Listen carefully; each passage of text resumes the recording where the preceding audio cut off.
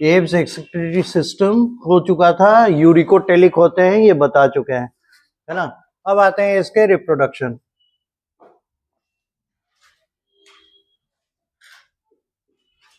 Abs की खासियत है they are showing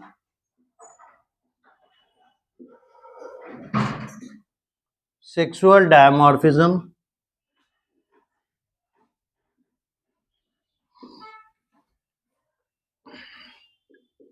first of all. Secondly, invariably internal fertilisation होता है।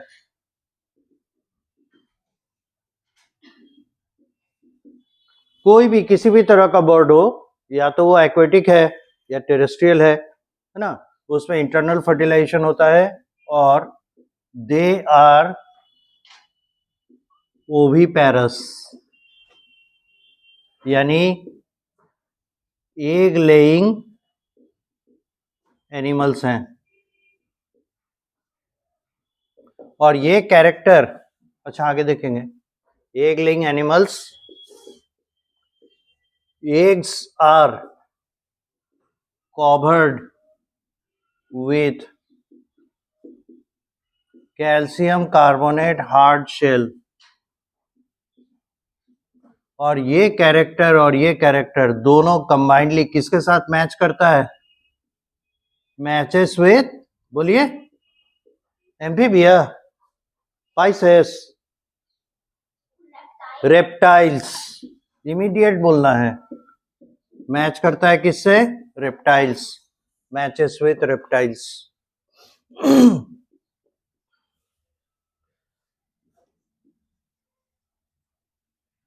young ones develop directly, इसका मतलब क्या होगा?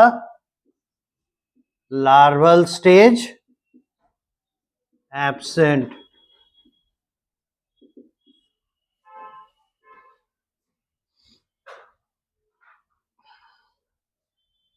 एग्जाम्पल बहुत सारे हैं। फ्लाइटलेस बर्ड, फ्लाइटलेस बर्ड, एम्यू कह चुके हैं पहले भी, kiwi, ostrich etcetera. Flying bird,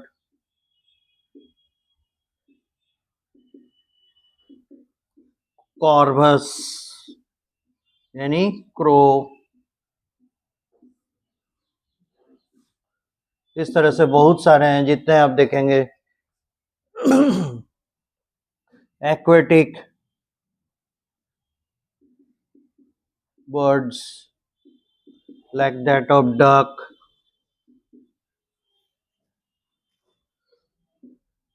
stork etc. बहुत वैरायटी है, बहुत तरह के बर्ड्स हम लोग को दिखते हैं। Speciality, the terrestrial birds weave their nest on the branches of trees।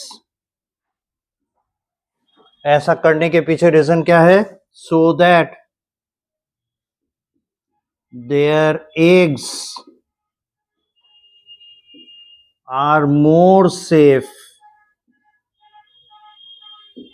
Reptiles तो इसे लैंड पर ही, जमीन पे ही ले करके चले जाते हैं, इसलिए वो ज्यादा वल्नरेबल है। क्योंकि अगर जमीन पे रहेगा तो ज्यादा एनिमल्स का एक्सेस उसको मिलेगा, लेकिन पेड़ पर अगर रहेगा इसका अंडा तो इस तक एक्सेस कम एनिमल्स को मिलेगा। तो ये कई तरीके से अपने यंग वंस के बिफोर बर्थ उन्हें सपोर्ट एंड सिक्योरिटी देते हैं। और दूसरी चीज है, they have more parental care than the reptiles, amphibians etc. so they have more parental care than reptiles.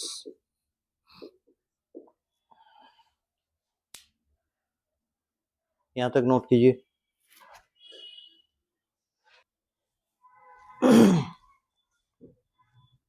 Now comes the mammal.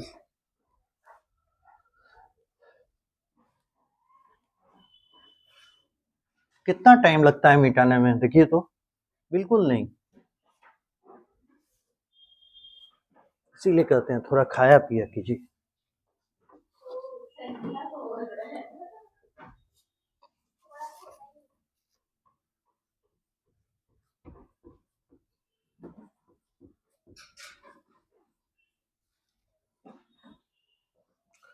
अब है क्लास मैमल.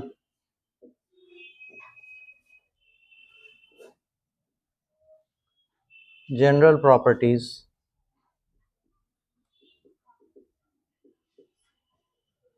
नंबर 1 में आएगा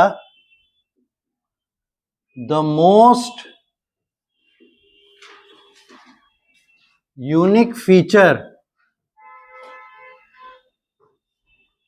of the mammals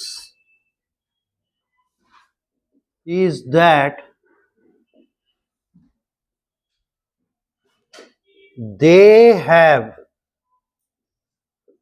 a special gland at their thorax, ventral surface,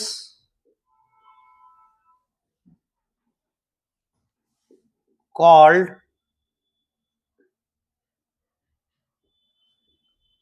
mammary gland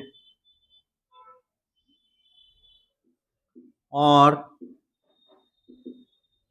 milk producing gland.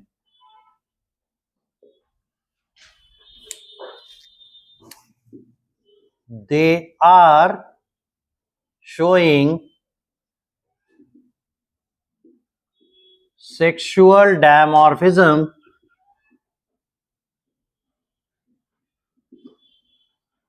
and in females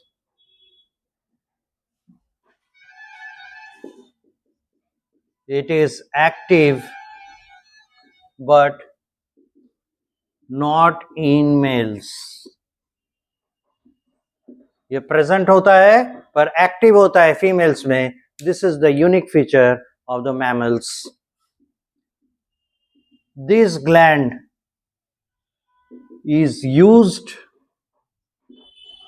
by the females to feed their young ones after birth.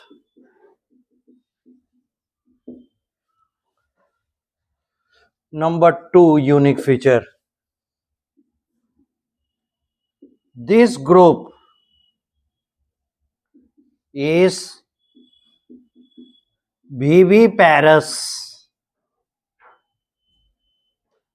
that is birth giving animals, but there are some oviparous mammals also.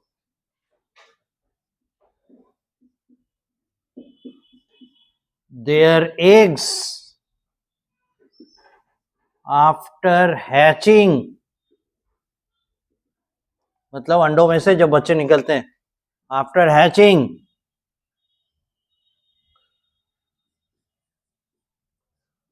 the young ones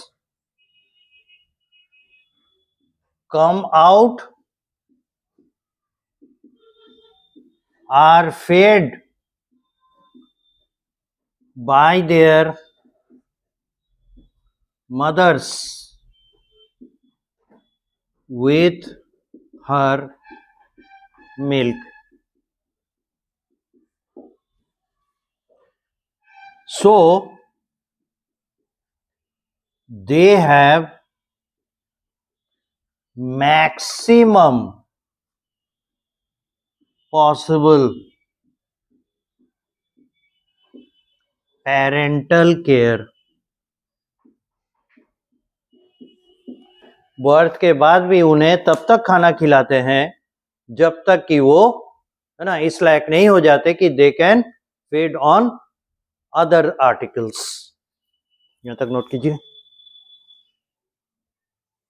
यहाँ अच्छा हाँ, यहाँ पर जो एक important चीज दिए थे कि ये मैचेस विथ रेप्टाइल, इसका मतलब समझते हैं. 12th में आप पढ़ेंगे इवोल्यूशन, जो आप पढ़ेंगे उस चैप्टर में आपको पता चलेगा reptiles are the branch point.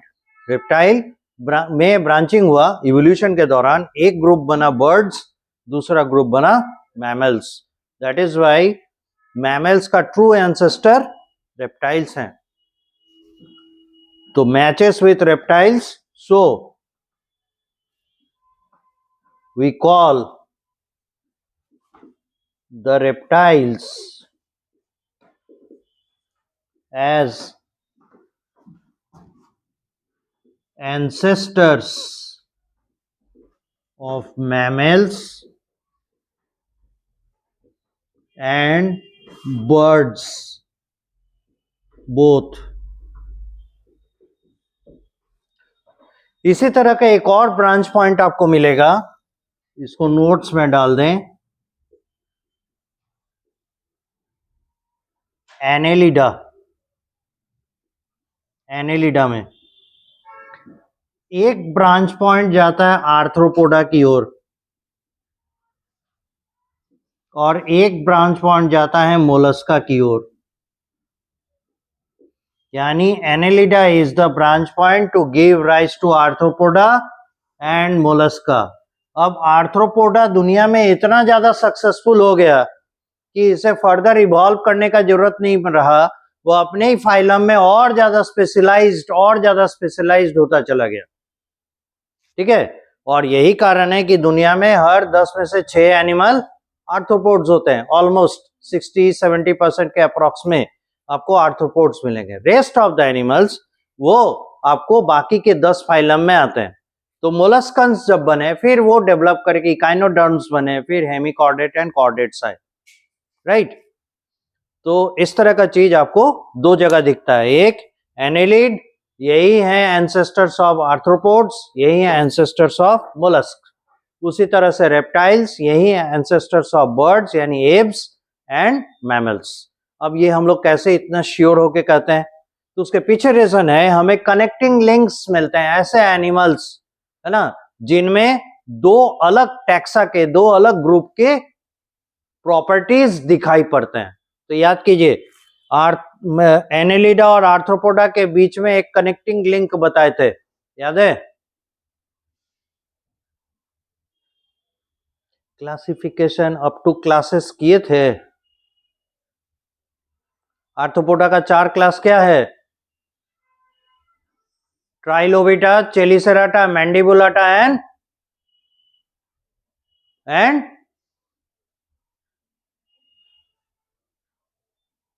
ये पढ़ाई का आलम है. तो हम तो इतना डिटेल आपको दे रहे हैं, बेकार दे रहे हैं.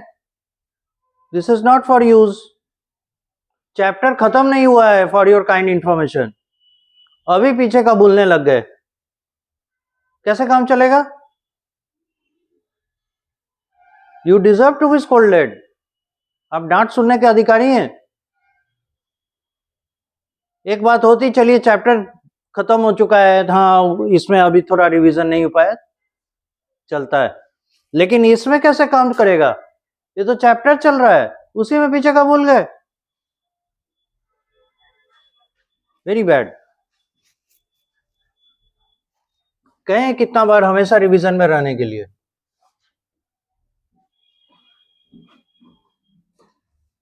आप ही लोग के चलते प्रोग्रेस रुकता है कि teaching is a by way process. हम जितना एफर्ट लगाएंगे हमसे ज्यादा एफर्ट आपको लगाना है। यहाँ हम 10 यूनिट एफर्ट लगाना है, आप 3 यूनिट लगाते हैं।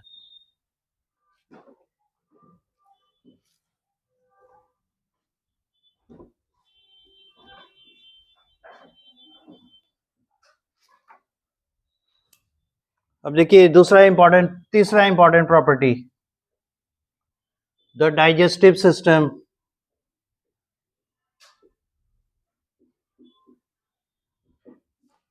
कंप्लीट, और ज्यादा कहने का जरूरत नहीं है। रेस्पिरेटरी सिस्टम,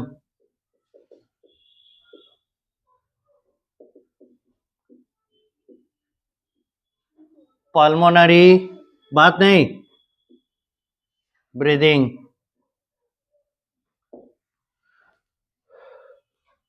नंबर 5 हैबिटेट, या इसी को कहते हैं ऑकरेंस।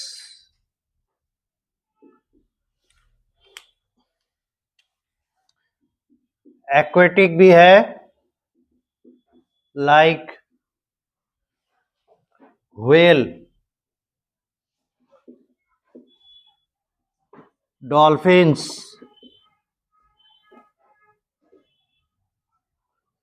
Seals, et cetera. टेरेस्ट्रियल बताने की जरूरत ही नहीं है, आए दिन डांटने के टर्म में घोड़ा, गधा, ऊंट, हाथी, बैल, बकरी बोलते रहते हैं, सब मैमल्स।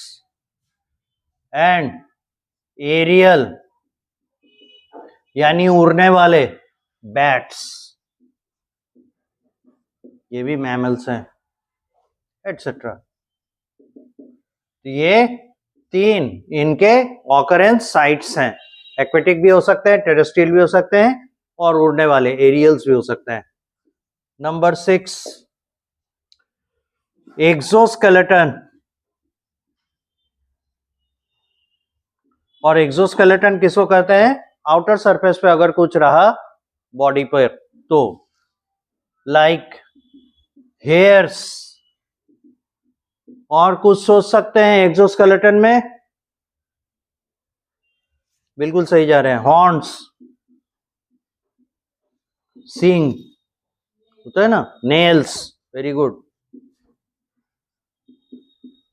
हूव्स, गाय भैंस का खूर देखते हैं ना, घोड़ा का खूर देखते हैं, hooves, etc.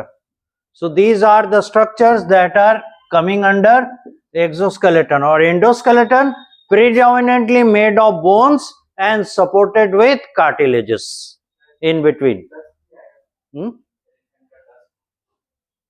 एक्सोस्केलेटन में नहीं आएगा, वो एक्चुअली एक्सटेंड हो गया बहुत ज्यादा, इंटरनल पार्टी है ना, दांत तो एक्सोस्केलेटन में आता नहीं है।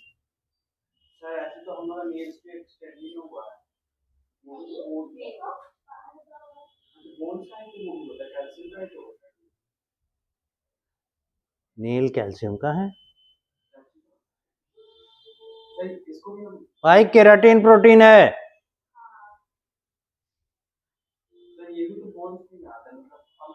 इनके अलग सेल्स हैं, ऑस्टियोसाइट से नहीं निकल रहे हैं। और उनसे पूछिए जिनका एक्सीडेंट में उंगली कट जाता है, उनका फिर क्या यहां पर से नेल निकलेगा? नहीं, नेल के अलग सेल्स होते हैं, ये नेल बेस पे रहता है।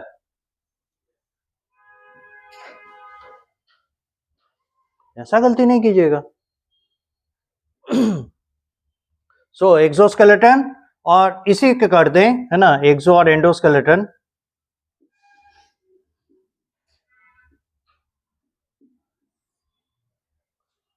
एंडोस्केलेटन में होते हैं प्रीडोमिनेंटली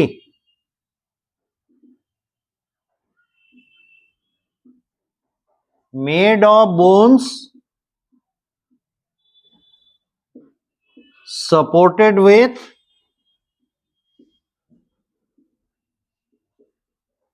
कार्टिलेज।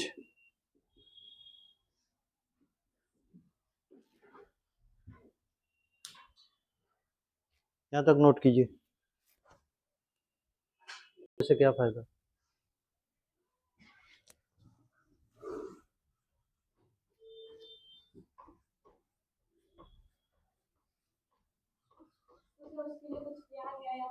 उसके लिए कुछ नहीं किया जा सकता, उसके लिए आप ही को कुछ करना होगा कि इनसे दूर रहिए। कैसे कहते हैं? एलर्जी से बचने का क्या तरीका है? Be keep yourself away from the allergens, there is no other way. कुछ क्या किया जा सकता है? आप ही उसको नहीं करने देते हैं, आप और डिमांड करते हैं। तो कंपनी तो यही चाहती है कि आप और डिमांड करें। और जो ओनर है वो जाके रहते हैं कहाँ? वो देखिएगा एकदम आइसोलेटेड विला में, इतना सुनसान जगह पे एक द्वीप खरीद के उसमें रहते हैं जाके।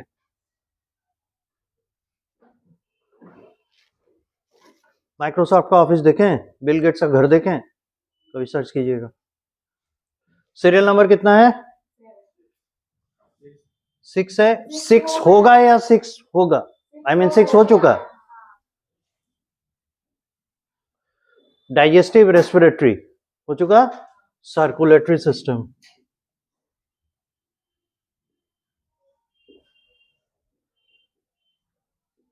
ये है क्लोज टाइप। और क्या होता है? हार्ट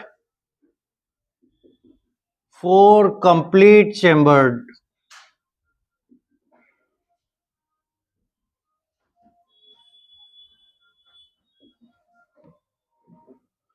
और एब्स और इसमें कॉमन पॉइंट ये है, इसमें भी डबल सर्कुलेशन होता है ना?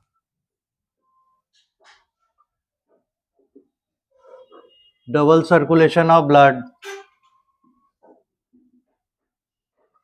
और डबल सर्कुलेशन कैसे कहते हैं? एक होता है पल्मोनरी सर्कुलेशन,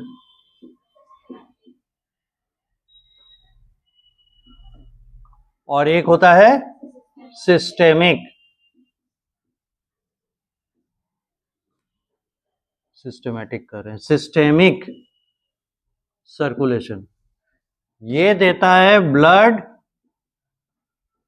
टू लंग्स, और ये देता है ब्लड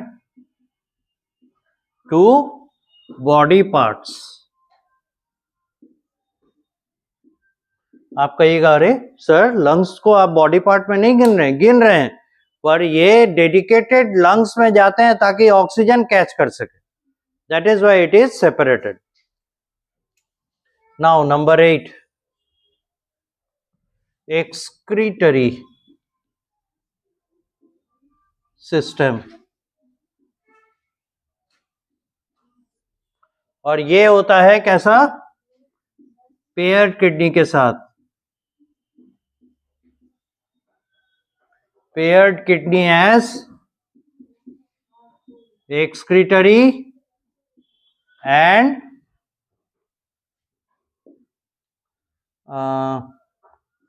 osmoregulatory organ।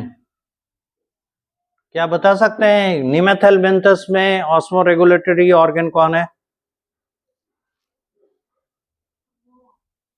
निमेथेलमेंथस में ऑस्मोरेगुलेटरी ऑर्गन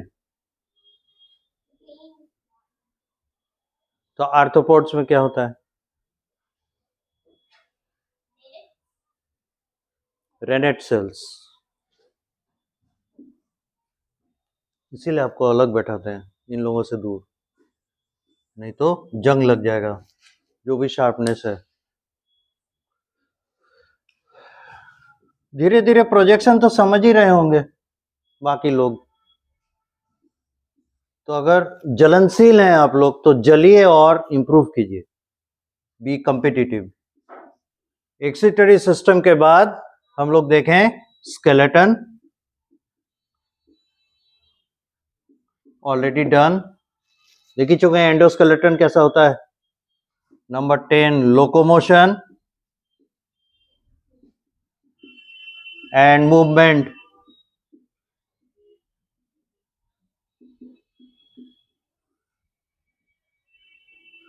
कैसे होगा? By paired limbs. ठीक है। अगर टेरेस्ट्रियल है वॉकिंग एंड रनिंग टाइप होगा, अगर एक्वेटिक है फ्लिपर होंगे जिससे वो स्विम करेंगे, और अगर एरियल है तो four limb just like the birds modify हो जाते हैं इनटू विंग्स, लेकिन उनके जो स्किन है वो स्किन उनके फेदर की तरह काम करते हैं। उनके पास जो विंग है, विंग का जो फेदर है, उसमें फेदर नहीं होता उसके विंग में, उसका स्किन ही एक्सपैंड होके एक्सटेंड होके उसके पंख की तरह काम करता है। ठीक है। Now 11 nervous system.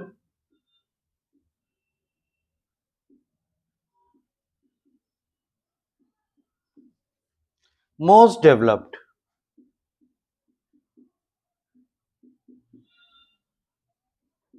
और मोस्ट डेवलप्ड मैमल ह्यूमन का हम लोग पढ़ ही चुके हैं, तो there is no scope more to add something. हम लोग जानते ही हैं, ब्रेन, स्पाइनल कॉर्ड ये सब होंगे, स्पाइनल नर्व्स, क्रेनियल नर्व्स होंगे, 12 पेयर्स ऑफ क्रेनियल नर्व्स हैं, है ना। हालांकि बहुत सारा चीज हटा दिया है। Now we come down to reproduction.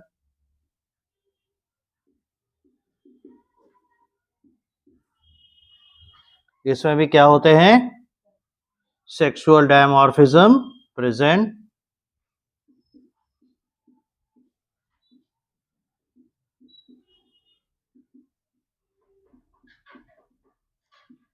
Sexual dimorphism present, और क्या होगा, internal fertilisation,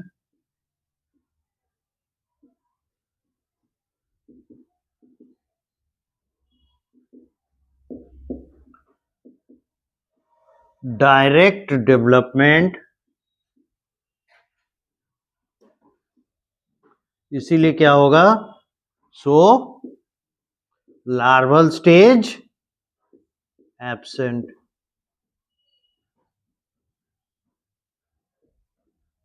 larval stage absent. अब नंबर ऑफ एग्जांपल्स आपके बुक में दिए हुए हैं, उनको आपको याद करना है। बिल्कुल, पर नोटोकॉर्ड एम्ब्रियोनिक स्टेज में होता है और ड्यूरिंग डेवलपमेंट वो रिप्लेस हो जाता है वर्टिब्रल कॉलम से।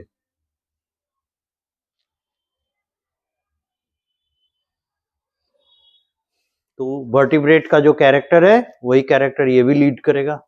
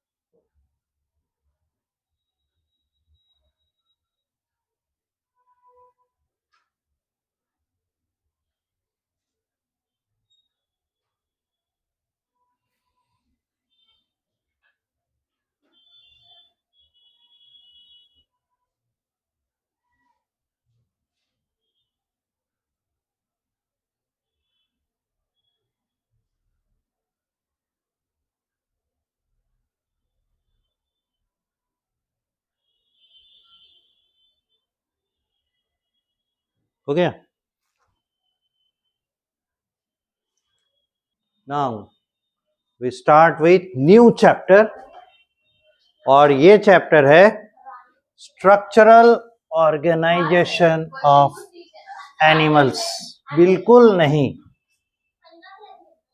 हाँ, तो नया चैप्टर शुरू हो जाएगा। टेस्ट है, ये आपका हेडेक है, मेरा हेडेक थोड़ी ना है। मेरा हेडेक नहीं है, ठीक है। तो आप लोग को हेडेक देना आता है? हम लोग को टीपीएस भी नहीं मिला सर।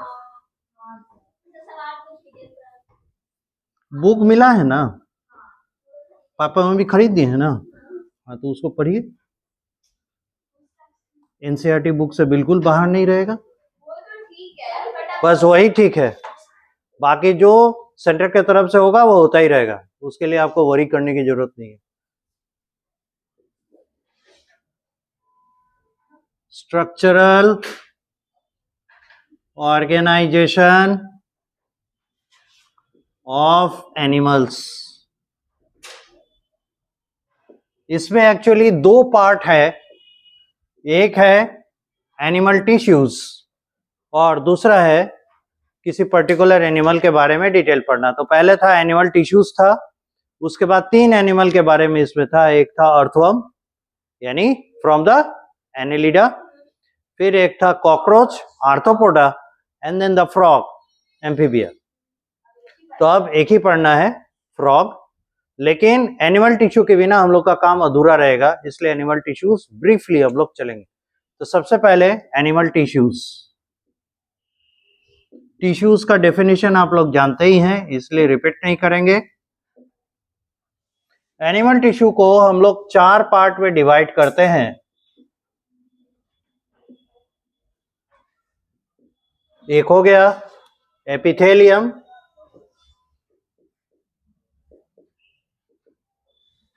दूसरा हो गया कनेक्टिव, तीसरा हो गया मस्कुलर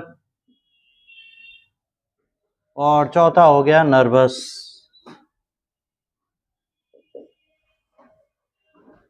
फिर एपिथेलियम टिश्यू को हम लोग फर्दर डिवाइड करते हैं सिंपल एंड कंपाउंड। तो कंपाउंड में हम लोग बहुत ज्यादा डिटेल नहीं करेंगे, सिंपल को देखिए। फिर बांटते हैं स्क्वामस, क्यूबॉइडल,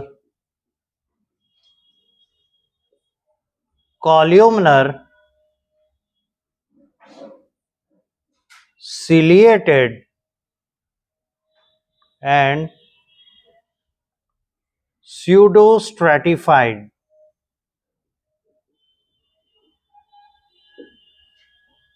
कंपाउंड एपिथेलियम में ऐसे बहुत सारे हैं, पर हमें चाहिए कौन कौन से? स्ट्रैटिफाइड,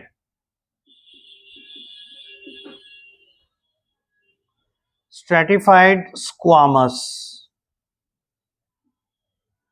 और इसे दो पार्ट में बांटते हैं, नॉन केराटिनाइज्ड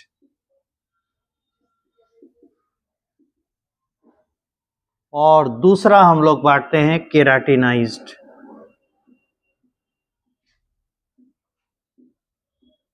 इसकी आवश्यकता है इसीलिए ये रखे गए हैं। और एक और हम लोग लेकर चलते हैं, ये है यूरोथेलियम,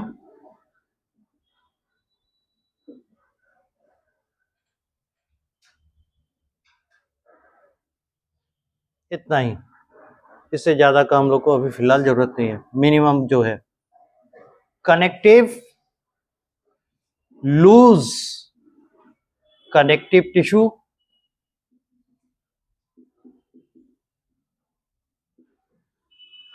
दूसरा है dense connective tissue,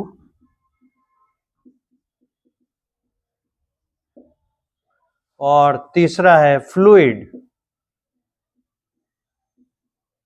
connective tissue.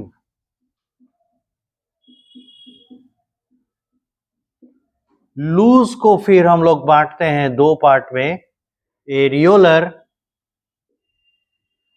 And adipose.